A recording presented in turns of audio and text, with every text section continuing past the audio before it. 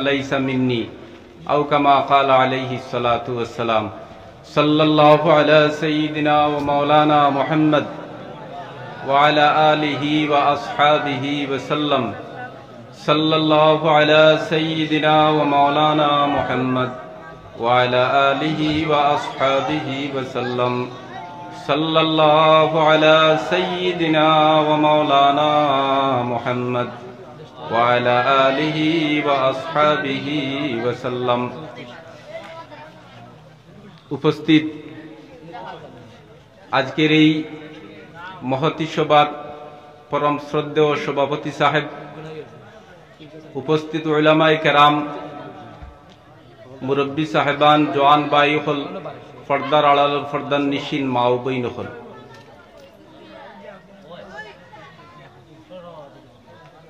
আজকে আমার একটা বিষয় দেব হইছে, এই বিষয়ের উপরে আলোকপাত করার লাগে। কিন্তু এই যে সময়ে আর মহফিলের যে অশৃঙ্খলা, এই অশৃঙ্খলা বিষয়বস্তুর উপরে আলোকপাত করা বক্কা কঠিন। যদি আল্লাহ পাকে তৌফিক দেন তাহলে একদম মুলখ্খস কয়েকটা মাত আপনি তো সামনে উপস্থাপন করুন। আমার বিষয়বস্তু হইল নিকাহ, বিয়ার ব্যাপারে ইনো আবিয়াতি হলোর দরকার, কারণ তাইদের মাসাইল জানতা বাদে বিয়া করতাম। আর বিবাহিত হলোর লাগি ওখান দরকার যে আপনাকে যদি আপনি তো ছেলে মেয়ে বিয়া দেন, মাসাইল গুলা জানতা এবং প্রয়োগ করতে। কিন্তু পরিতাপর বিষয়, যে সময় মাসাইলের আলোচনা করা হয় মাহফিলও মানুষ পাওয়া যায় না, মাহফিলও মানুষ তাকুন না। মাসাইল অত্যন্ত জরুরি, আমরা জীবনও আমরা প্রয়োগ করতাম। আপনি রাজি আছেন নি? কোন যায় আমার একটা বিষয় দেওয়া হয়েছে, যে বিষয়টা হইল আপনার নিকাহের ব্যাপারে আলোচনা করার লাগে। এই বিষয়টা অত্যন্ত গুরুত্বপূর্ণ একটা বিষয়। নিকাহের আপনার ফায়দা হইল যে নিকাহ যদি আপনি করেন তাহলে নিকাহের যে সিলসিলা যেটা, এটা একদম জান্নাত পর্যন্ত থাকে। হুকে সুবহানাল্লাহ, একদম জান্নাত পর্যন্ত থাকে। আমরা জানি মানুষ মারা যাওয়ার পরে প্রত্যেকটা নেক আমলের দরজা আপনার বন্ধ হয়ে যায়,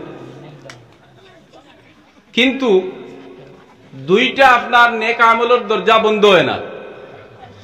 এই দুইটা আপনার কিয়ামত পর্যন্ত, এমনকি আপনার জান্নাত পর্যন্ত গিয়ে আপনার পৌঁছাইয়া দেয়। এই দুইটা সিলসিলা হইল, একটা সিলসিলা হইল ইমানের সিলসিলা, আর আরেকটা সিলসিলা হইল আপনার ইমানের সিলসিলা। জান্নাতে যাওয়ার পরে দুনিয়ার যে বিবি আছেন, দুনিয়ার যে স্ত্রী আছেন, তানে গিয়েও আপনি জান্নাতের মধ্যে পাইবা। হুকে সুবহানাল্লাহ, তাই না আপনার হকানোরও সঙ্গিনী থাকবা। দুই নম্বর হইল আপনার এই নিকাহ যেটা, এই নিকাহে আপনার মানুষের অস্তিত্ব রক্ষা করে। আমরা জানি যারা বই পুস্তকের লগে সম্পর্ক আছে তারা হইতাম পারমু এক ধর্মপুরুষ, যেই না আপনার নিকাহ করছেন, কিন্তু করার পরে কিছুদিন পরে সংসার থেকে আপনার বৈরাগ্যতা অবলম্বন করিয়া একবারে আপনার নীরবে গেছেন, গিয়া আপনার ওখানে সৃষ্টিকর্তার তান লাইনে ইবাদত বন্দেগী করছেন, করিয়া একটা ধর্ম প্রচার করছেন। যদিও নাম লওয়াটা আমার লাগি মুনাসিব মনে করিয়েন না।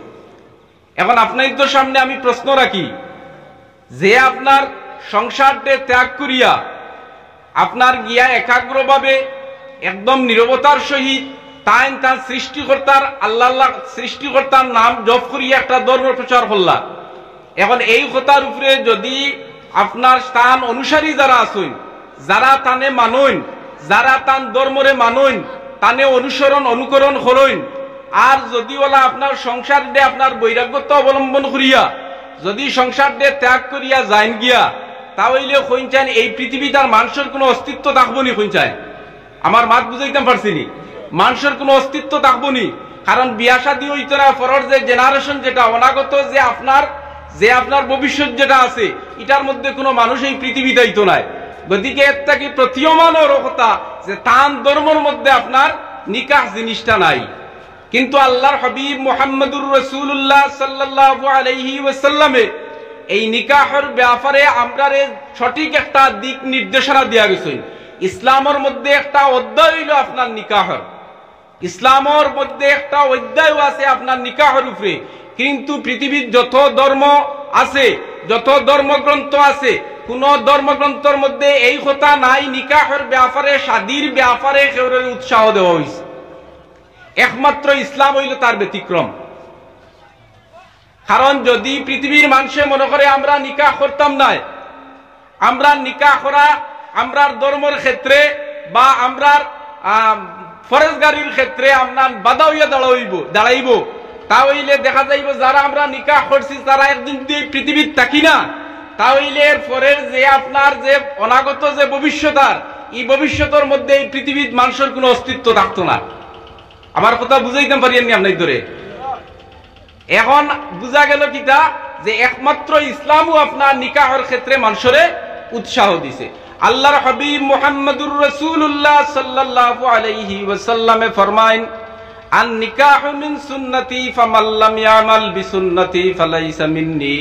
নিকাহ হইল আমার সুন্নত, আর আমার এই সুন্নতের উপরে যে যারা আমল করতো না তারা আমার অন্তর্ভুক্ত নাই। মাত বুঝছেননি? যারা এই নিকাহের উপরে আমল করতো না এরা আমার অন্তর্ভুক্ত নাই। কত বড় কঠিন কথা নানি।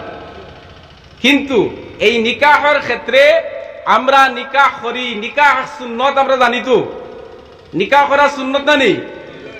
ইকান আমরা সারাই জানি, কম বেশ সবে জানি নিকাহ করা সুন্নত। কিতার লাগি জানেননি? এই সুন্নতটা বড় লজ্জতর এক সুন্নত। এই সুন্নতের উপরে আমরা সারার আমল আছে না নি? অন্যান্য আরো বহুত সুন্নত আছে, কিন্তু অন্যান্য সুন্নতের উপরে আমরা আমল একবারে কম। মিসওয়াক করা এক সুন্নত, দাড়ি রাখা এক সুন্নত আছে না নি? ইটা সুন্নত বলতে কি ইটা সুন্নতের উপরে সারার উপরে কিন্তু আমরা আমল আসেনি না। দুই দরবেশর বন্ধুত্ব আসলো, দুই দরবেশর আপনার বন্ধুত্ব আসলো, এই দুইও দরবেশে আপনার বিয়া শাদী করুন না। আখের একদিন একজনে বিয়া করি লিছে, বিয়া করার বাদে তার লগর যে দরবেশ আসলো এই দরবেশে বারবার আপনার হে খালি উৎসাহ দে বলে ভাই নিকাহটা করিলাও, নিকাহটা করি লিলে নবী সাল্লাল্লাহু আলাইহি ওয়াসাল্লামের এক সুন্নত আদায় হইছে। তখন লগর দরবেশে কইল না বা আমি নিকাহ করতাম না, কারণ যদি আমি নিকাহ করি তাহলে আমার ইবাদতের মধ্যে আমি বাধাগ্রস্ত হইমু। সব সময় আমি ইবাদত বন্দেগী করতাম পারতাম না, আল্লাহর গুণ কীর্তন করতাম পারতাম না, তসবিহ তাহলিল করতাম পারতাম না, নিকাহে আমার বাধা দিব, গতি আমি নিকাহ করিয়ান না। আখের কিছুদিন পরে হাও দরবেশও বিয়া করি লিছে। বিয়া করার পরে এই দরবেশে যখন বিয়া করি লিছেন, বিয়া করার বাদে পরের দিন আইসুন, আইয়া তান ও দরবেশে কইলা ভাই অতদিন খালি আমারে খালি কইলা নিকাহ এক সুন্নত, ও সুন্নতের উপরে আমল করতাম, অতখান কইয়া শেষ করি লিলা, আমি তো বাক্কা আগেও বিয়া করি লিলাম মনে, কিন্তু যদি লগেও শব্দটা লাগাইতে যেন নিকাহ যে জিনিসটা, এই জিনিসটা হইল আপনার লজ্জতর সুন্নত, তা হইলে বহুত আগেও আমি নিকাহ করি লিলাম মনে। গতিকে নিকাহ বহুত আহম একটা সুন্নত নবী সাল্লাল্লাহু আলাইহি ওয়াসাল্লাম। কিন্তু নিকাহ কোন কোন ক্ষেত্রে নিকাহ আপনার সুন্নত হয়, কোন কোন ক্ষেত্রে আপনার নিকাহ আপনার ওয়াজিব হয়, কোন কোন ক্ষেত্রে নিকাহ আপনার ফরজ হয়, কোন কোন ক্ষেত্রে নিকাহ আপনার মাকরুহ হয়, কোন কোন ক্ষেত্রে আপনার নিকাহ হারাম হয়।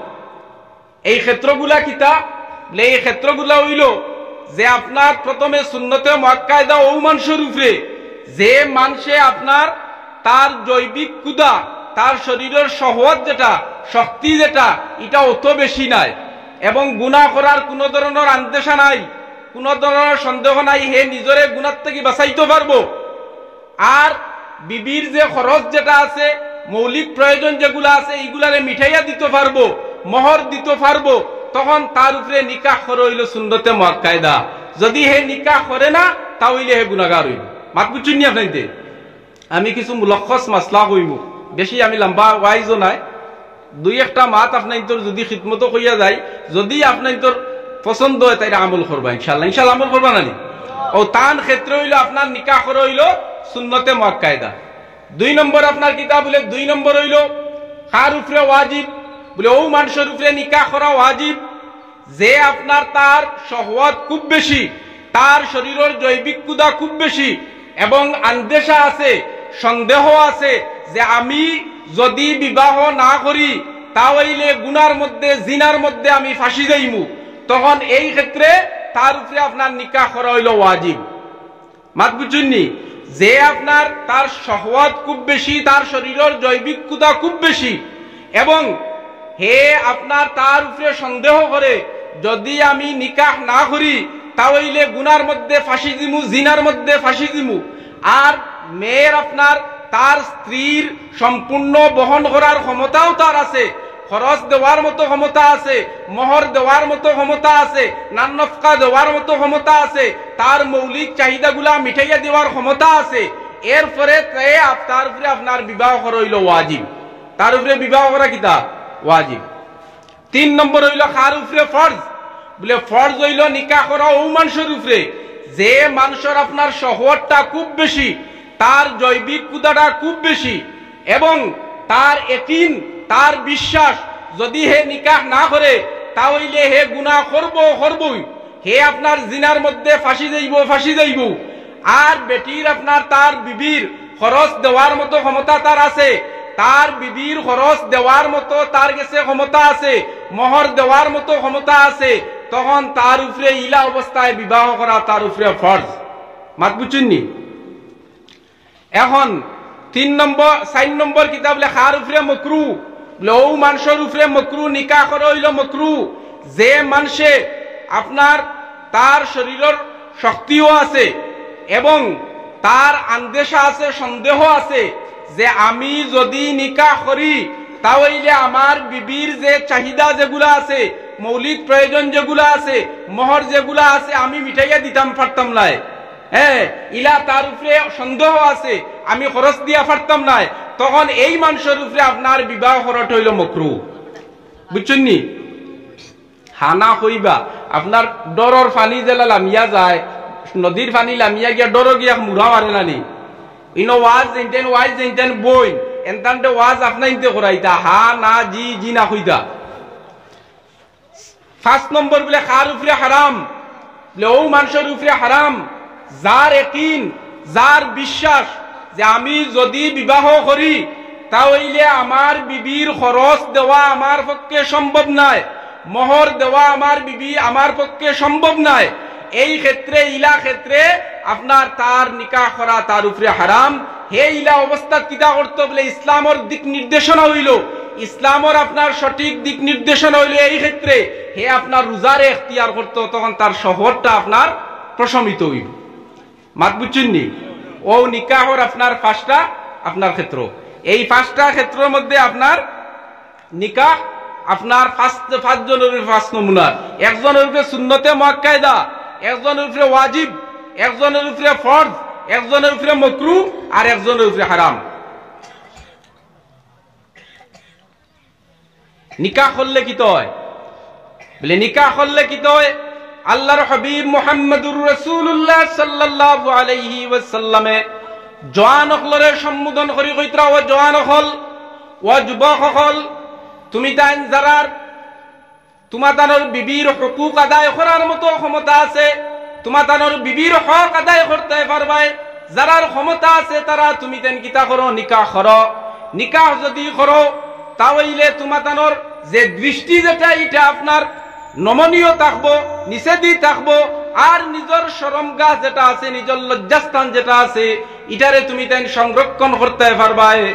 আর যারার এই ক্ষমতা নাই, বিবির হকুক আদায় করতে নাই, তুমি তাই নিকাহ করিও না, তুমি তাই রোজার এখতিয়ার করিয়া তোমাদের শাহওয়াতরে, তোমাদের জৈবিক কুতারে তুমি তাই প্রশমিত করো। সে কইছেন, নবীজিও কইছেন। অন্য হাদিসের মধ্যে আইছে আল্লাহর হাবিব মুহাম্মদুর রাসূলুল্লাহ সাল্লাল্লাহু আলাইহি ওয়াসাল্লামে ফরমান, নবীজি ফরমান নিকাহ হইল ঈমানের অর্ধাংশ, ঈমানের অর্ধেক হইল আপনার নিকাহ। যারা আপনার নিকাহ করিলে নবীজি ফরমান তার ঈমানের অর্ধেক যেটা আছে এটা আপনার সম্পূর্ণ হয়ে যায়। আর বাকি যে অর্ধেক রয়েছে এই অর্ধেকর লাগি আল্লাহর হাবিব মুহাম্মদুর রাসূলুল্লাহ সাল্লাল্লাহু আলাইহি ওয়াসাল্লামে ফরমাইন তুমি তাই তাকওয়ারে অবলম্বন করো, আল্লাহরে ভয়ে তুমি তাই বিতো, আল্লাহর ভয়ে বিতো ইয়া তুমি তাই বাকি যে অর্ধেক যেটা আছে ওটারে তুমি তাই সম্পূর্ণ করো। এখন নিকাহ করতাম তো, নিকাহ করার বেলা খারারে আমি নিকাহ করতাম পারমু আও কথা খান জানা আমরা লাগি জরুরি নানি, আর খারারে নিকাহ করতাম পারতাম না আও মাসাইল আমরা জানা জরুরি। জানিয়া রাখুন যেন একটা কথা, আপনি যত সময় পর্যন্ত বিবাহ করার কোনো প্রস্তুতি লইতাই নাই, যত সময় পর্যন্ত আপনি বিবাহর উপযুক্ত হইতাই নাই, অত সময় পর্যন্ত বিবাহর মাসাইল আপনার লাগি জানা জরুরি নাই। কিন্তু যে সময় আপনি বিবাহর প্রস্তুতি লইলিবা, আপনি বিবাহ কর্তা, এই আপনার উদ্দেশ্য যখন আপনার প্রকট হয়ে যাব, তখন আপনার লাগি বিবাহর মাসাইল জানা আপনার উপরে ফরজ, তালাকর মাসাইল জানা আপনার উপরে ফরজ। আপনি সবকিছু বিবাহর যত মাসাইল হল আছে, সূক্ষ্ম মাসাইল হল আছে, সারা জানা আপনার উপরে ফরজ। আপনার উপরে বাকি যত মাসাইল আছে সারা আপনি জানতা, কিন্তু আমরা নিকাহর মাসলা জানি না, তালাকর মাসলা জানি না। না জানার কারণে যে সময় আমরা তালাকর মাসলা জানি না, নিকাহর মাসলা না জানি, তখন আমরা কিতা করি, আমরা মুসলমান হলে, কিছু সংখ্যক অজ্ঞ মুসলমান হলে যে কোনো সময় আপনার তেল থাকি লবণ হওয়ার পরে, আর লবণ থাকি তেল হওয়ার পরে আপনার বিবিরে আপনার তালাক দিতে প্রস্তুত হয়ে যায়। এক লগে 10 খান 12 খান 20 খান 70 খানও দেই। যখন আপনার ফতোয়া লাগি দৌড়াইন তখন দেখা যায় খালি মাস তালাক দিলাইছে 70 খান, কখন তালাক দিত 3 তালাক, কিন্তু এই জায়গা 70 পর্যন্ত গিয়া আসছে, তালাক আর রয়েছে এবার বাকি সারা গোষ্ঠী তালাক দিলাইছে, বলানি ব্যাপার। গতিকে অনেক কিছুদিন আগে আপনার জানেন এখানে মিডিয়া আছে, সব মাতিতে সময় হিসাব করি মাথা লাগবো না নি।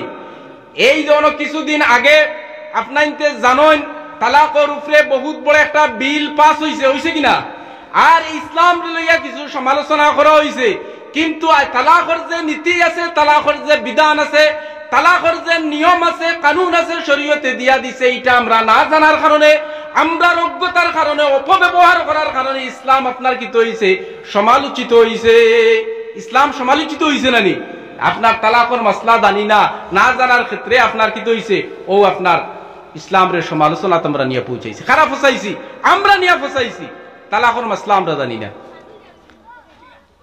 এই দেখুন যে তালাকর মাসলা না জানার কারণে, বিবাহর মাসলা না জানার কারণে, আপনার কারণে ইসলাম কি হইছে বদনামি হইছে, হইছে কিনা, ইসলাম বদনামি হইছে।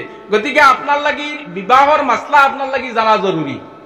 এই বিবাহর মাসলা খারারে আপনি বিবাহ করতে পারবা, কোরআনে কারীমের মধ্যে যে আপনার কয়েকজন নারীরে বিবাহ করা আপনার উপরে হারাম করার দেওয়া হইছে, এরা হইলা হুররিমাত আলাইকুম উম্মাহাতুকুম ওয়া বানাতুকুম ওয়া খাওয়াতুকুম ওয়া আম্মাতুকুম ওয়া খালাতুকুম ওয়া বানাতুল আখি ওয়া বানাতুল উখতি ওয়া উম্মাহাতুকুম আল্লাতী আরদানাকুম ওয়া খাওয়াতুকুম মিনার রাদাআতি ওয়া উম্মাহাতু নিসাইকুম।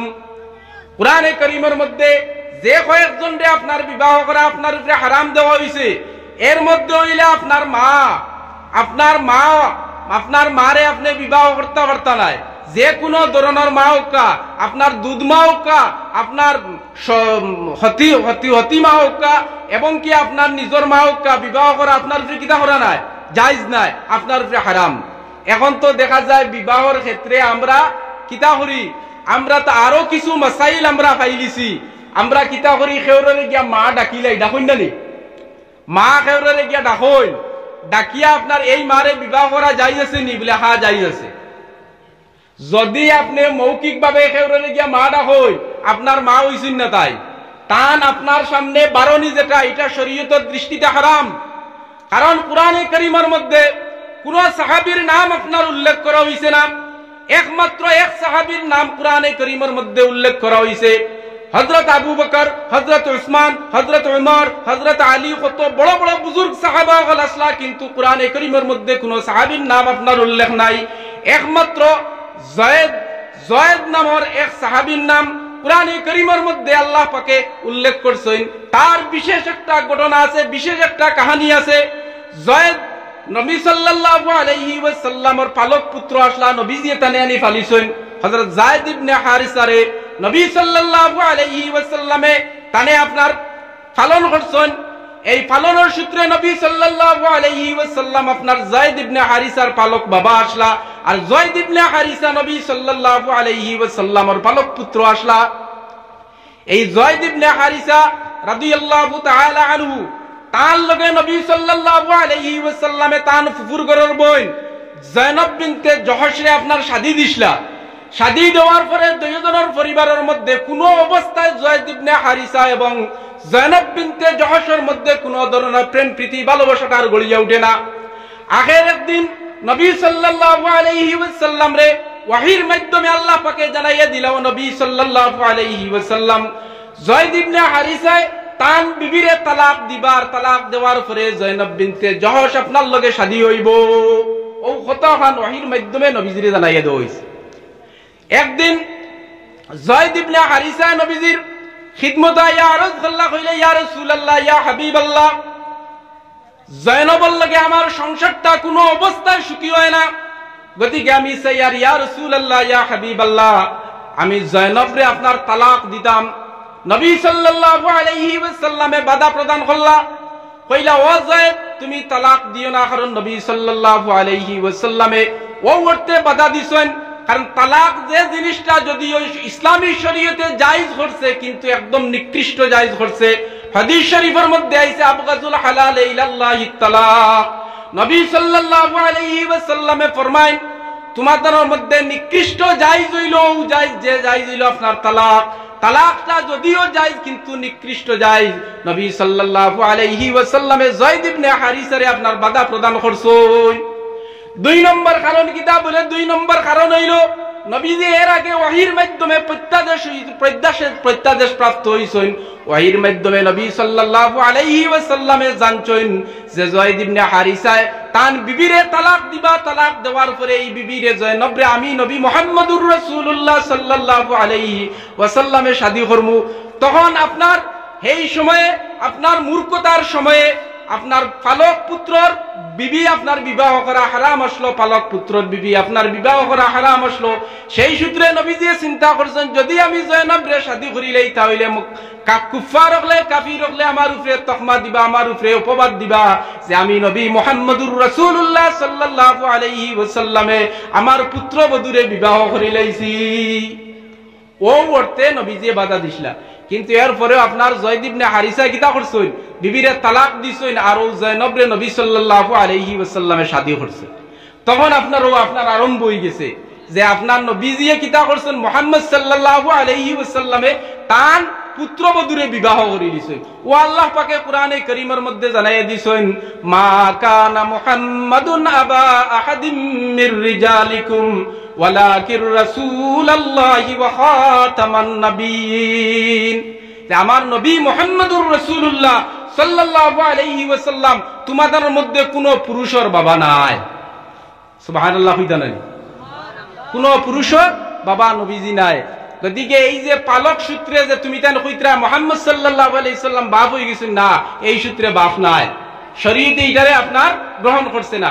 গতিকে আমরা মনে করি কেউরে যদি মা ডাকিলাই, মা ডাকার বাদেও এই নামার মা হয়ে যায়। কিন্তু বহুত ক্ষেত্র আছে, ইলা বহুত ক্ষেত্র আছে আপনার বোন ডাকিছে, বোন ডাকিয়া বাগনিরে আপনার বাগাইয়া বিয়া করে দিছে। নাউজুবিল্লাহ বর্তানান এটা আমার লাতুত ইলা ঘটনা আছে। বোন ডাকি ডাকি গিয়া খান্দা লইছে, এর বাদে বাগনির লগে সম্পর্ক করছে, সম্পর্ক করিয়া বাগনিরে বাগাইয়া নিছে। কি শরীয়তে জায়েজ করছে না কোন যায়? ই বাগনি বিয়া করা শরীয়তে জায়েজ না নি? জায়েজ, 100 বার জায়েজ, কোন জাত শরীয়তে বাধা দিছে না। গতিকে বোন খালি ডাকি লিলেও যেন তাই না আপনার হারাম হয়ে যাবে, তাই না আপনার হালাল হয়ে যাবে, আপনার সামনে আইতে যাইতে পারবা, আপনার লগে গপসপ করতে পারবা, তাই না আপনার আপন বই নিয়ে যাবে না, আইলা হয় না। ও হইল আপনার মা হল। আর এর বাদর গুড়া খারা বলে তোমার ফুড়িন তোরে বিবাহ করা হারাম। এর বাদে আপনার কিতা বইন হল, এর বাদে আপনার ফুফুও হল, এর বাদে আপনার খালাও হল, এর বাদে আপনার বাতিজিও হল, এর বাদে আপন বাগনিও হল, এর বাদে ও বেটি ও মানুষ ও মা যে মার গেছে আপনি দুধ পান করছেন, ও মা যে মার আপনার দুধ পান করছেন, আপনার রেজাই মা। এখন রেজাই মা কোন দিন আপনার সাবিত হয়? রেজাই মা তার একটা সময়সীমা আছে। বর্তমানে আমার যে বয়স আছে এই বয়সও কোনো রেজাই মা দুধ মা আমার সাবিত হইতো না, প্রমাণিত হইতো না, কারণ তার একটা নির্দিষ্ট সময়সীমা আছে। এই সময়সীমাটা কোন দিন বলে ইমাম আবু হানিফা রহমতুল্লাহি তাআলা আলাইহির নজদিক যে আপনার বাচ্চার 2.5 বছরের ভিতরে যদি কোনো বেটি মানুষের দুধ খাইলায় তাহলে এই বেটি মানুষ তার রেজাই মা সাবিত হয়ে যাবে, দুধ মা সাবিত হয়ে যাবে। আর এর বাদে 2.5 বছর ক্রস করার পরে যদি কোনো বেটি মানুষের দুধ আপনার খাইন তাহলে এই আপনার রেজাই মা হইতা না। এটা একটা মাসলা আইসলো, যদিও মাঠটা মাথা একটু মানে মুনাসিবন না, কিন্তু মাসলা শিক্ষা দিতে গিয়ে আমি মাতিয়ার যে কোন এক মাসলা আইসলো মুফতির গেছে, যে মুফতিও কথা মুফতির গেছে আইসে তার বিবির আপনার দুধ খাইলিছে।